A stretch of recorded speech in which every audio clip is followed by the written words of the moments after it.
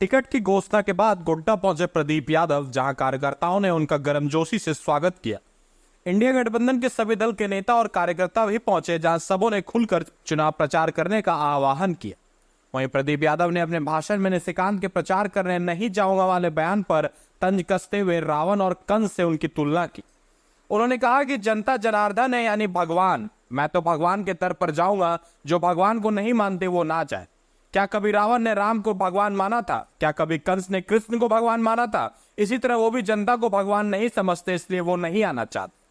वहीं अपने कार्यकर्ताओं में जोश भरते हुए उन्होंने कहा कि अब वक्त आ गया है कि सभी अपने घर से निकलकर वोटर्स के चौखट पर जाएं। उन्होंने कांग्रेस के घोषणा पत्र की चर्चा की और कांग्रेस के मैनिफेस्टो को हर लोगों को बताने की अपील की। साथ ही एक बड़ा बयान देते हुए उन्होंने कहा कि अगर ये चुनाव नहीं जीतूंगा तो मैं अब विधानसभा भी नहीं लड़ूंगा, ये मैंने ठान लिया है। तो कोई कह रहा है कि हम प्रचार नहीं करेंगे, बोले हमने कहा कि भाई वो बड़े लोग हैं, अब कोई हवाई जहाज पर चलने वाले लोग हैं और हम टूटे चप्पल पहन करके सड़क पर चलने वाले लोग, उससे मेरी क्यों तुलना करते हो? और मेरा तो विश्वास है, हमारा तो एक ही पंक्ति है, जनता जनार्दन है, यानी जनता ही मेरे लिए भगवान है। तो हम भगवान के दरवाजे पर आशीर्वाद लेने न जाए तो किसके दरवाजे पर जाएंगे? यही मेरा उत्तर है। और हम जाएंगे, हम पहले भी जाते थे, चुनाव के पहले भी भगवान का, जनता जनार्दन का आशीर्वाद लेते, उनकी सेवा करते हैं। चुनाव के बाद भी जाते हैं, तो चुनाव में भी घर घर उनके दरवाजे पर जाएंगे। क्यों नहीं जाए? रावण भगवान से थोड़ा आशीर्वाद लेता है। राम को कभी भगवान माना उन्होंने? क्या अरुण भैया, भले आप कम्युनिस्ट हैं लेकिन इतना तो आप विचार रखते ही।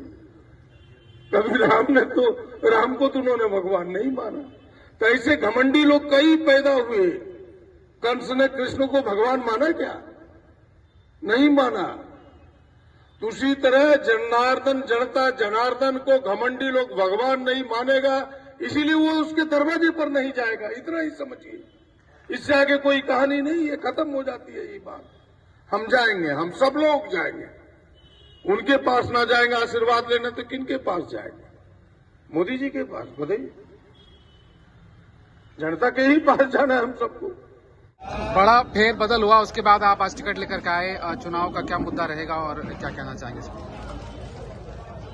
देखिए, राष्ट्रीय मुद्दे जो हैं, जो हमारी पार्टी ने पहले से उठाया है, बेरोजगारी का, महंगाई का, नौजवानों को रोजगार देने की गारंटी, टेम्पोररी नौकरी को समाप्त करके अस्थायी नौकरी में बदलने की गारंटी,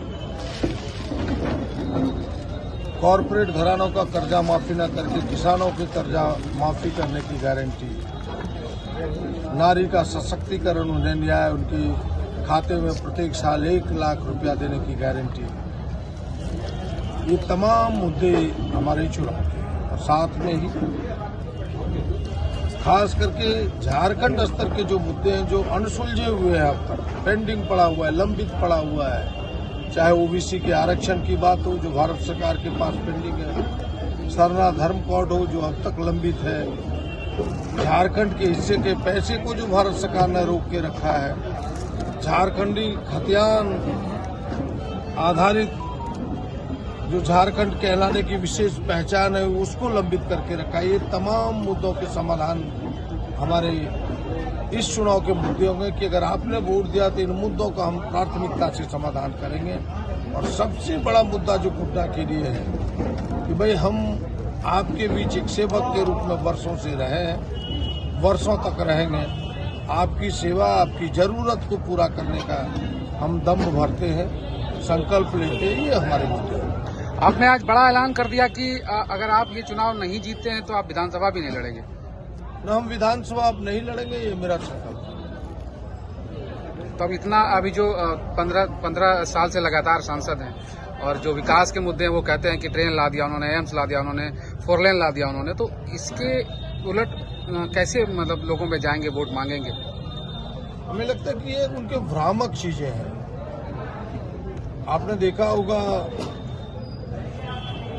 एक नीतिगत फैसला होता है सरकार, सरकार के नीतिगत फैसले हैं कि जो सड़कें आरईओ की है वो आरसीडी में कन्वर्ट हो, यानी पीडब्ल्यूडी में जाएगी। जो आरसीडी की सड़कें हैं यानी पीडब्ल्यूडी की, वो एनएच में जाएगा। जो एनएच की सड़कें एनएचआई में बदलेगा। और ये आज की नीतिगत निर्णय नहीं है, कांग्रेस के जमाने से ये निर्णय है कि जहां एनएच है वहां एनएचआई कन्वर्ट होगा। उसके तहत सड़कें बन रही, केवल गोड्डा की सड़कें नहीं बन रही, पूरे देश की सड़कें बन रही। जो रेलवे जहां कनेक्टिविटी नहीं है वहां रेलवे का कनेक्शन होगा। गोड्डा में नहीं था कनेक्टिविटी, ये भी इसकी भी स्वीकृति हमारे जो मनमोहन सिंह सरकार थे उस समय वो नीतिगत फैसला था। केवल यही नहीं, अन्य जिले भी झारखंड के रेल से डिस्कनेक्ट था, उनको भी कनेक्टिविटी मिला।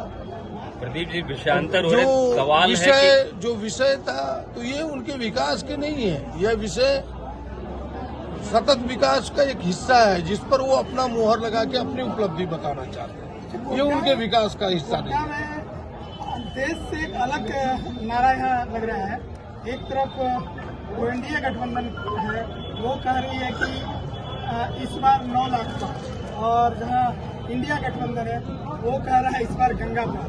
क्या ये फैसला समर्थकों का है, समर्थकों के नारे हैं। आपने मेरे मुंह से इस प्रकार के नारे नहीं सुने।